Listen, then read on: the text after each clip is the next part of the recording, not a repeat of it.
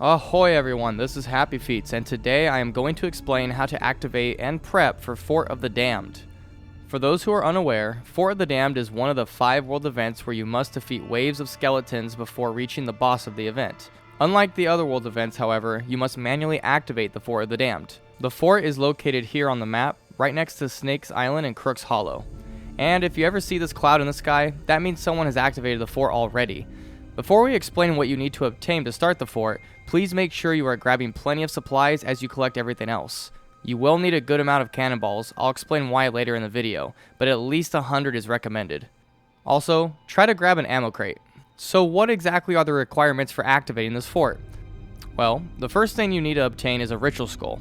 These skulls can be found across the seas in multiple places, such as taking down the Skelly Fleet World event, sinking Skelly ships in general, defeating an Ashen Lord at an Ashen Winds event, Ashen Chests, and the time-limited Fate of the Damned voyages, if you still have any of those left over. Now, all of these are completely RNG, aside from the Ashen Winds event and the Skelly Fleets, so I recommend completing either of those. However, you can also purchase the Skull Stash Voyage from Lorena, or whoever ends up replacing her in the future. They are always lurking around the tavern, but as of the making of this video, she is right out front. Keep in mind that you can only purchase one of these voyages each month, so use it wisely. This voyage is handy because it will give you this map on the outpost and gives you one ritual skull in exchange for some doubloons. Okay, you got your ritual skull, so what's next? As odd as this sounds, you need to die.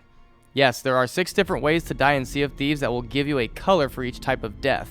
The following deaths are what you need: lightning for white flame, a pirate for pink flame, a skeleton for green flame, a shark for blue flame, fire for red flame, and a snake for purple flame. Each time you die, make sure you go and get your lantern out, hold it up to interact with this flame at the center of the Ferry of the Damned. When you grab a flame and spawn back into your ship, hold up your lantern and set the flame on your ship to the color you have on your lantern. Just make sure not to take the flame.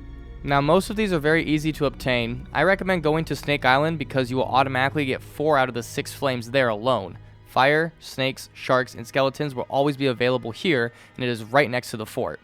Pink and white flames, however, they're a bit more tricky, but just look for the storm in your server and head straight to it. Make sure you have your sword out when in the storm. It increases the odds of you getting struck by lightning. Also, make sure to fall from your crow's nest so you have very little health. Sometimes you will get struck, but then technically die from fire.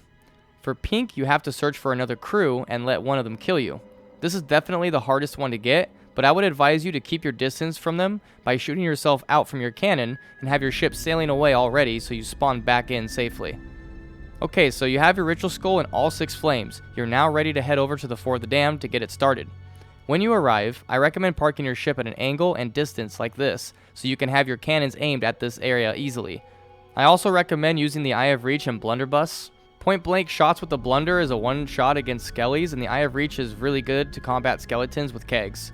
The sword takes way too many slashes to kill anything here.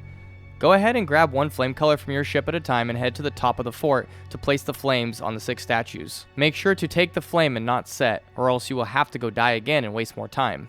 Now you have all 6 statues lit, grab your ammo crate and place it in the center room, then grab your ritual skull. If you couldn't find any ammo crates along the way, don't worry. There are 2 ammo chests at the fort located at these spots. Place your ritual skull here on the skeleton. Once done, the fort will officially begin and the skull cloud will appear for everyone in the server to see. Waves of skeletons will come at you to fight, and you need to use your lantern to grab the correct color to flash the skeletons before being able to do any damage to them. The first few waves are only one color, but eventually it becomes 2 and then finally 3. You can actually tell what colors are required by looking below the flames. When these ghost hands appear, that's the color that you need. The biggest threat during these waves are the pistol skeletons, so be sure to one blunder them as soon as you see them. They practically never miss their shots and can kill you very quickly. When you finish a wave, I advise you to check your horizon to make sure no one is around. If you see anyone at these islands near the fort, you need to assume someone is planning to tuck or is tucked on your ship or the island. Keep an eye on mermaids in the water. That is the giveaway that someone is there hiding. Check around and try to find them if possible. If you don't find anyone, continue the fort carefully and be sure to blow up any kegs in sight, because that is how many tuckers will try to sink you. After fighting through several waves, you will eventually reach the boss, Grey Marrow. This is where loading up on cannonballs comes handy. Bring him down towards the front pier next to your ship and start unloading cannons on him. It will take a while, but just keep firing until he is finally defeated. Grey Marrow will drop a vault key once defeated, which will allow you to open up this door and be rewarded plenty of loot, including the Chest of Legends. There are 2 spots you can use to load all the loot on your ship quickly. Just move your ship close enough to be in the harpoon range and fire away. If this is your first time or one of your first few times doing this event, I strongly advise you to blow up the kegs in the vault, because again, Tuckers will use those to sink you very quickly, and all that hard work you just put in is a huge waste of time. So what now? Well, it's time to just head to Reaper's to sell the Reaper chests and go to an outpost for the rest of the loot.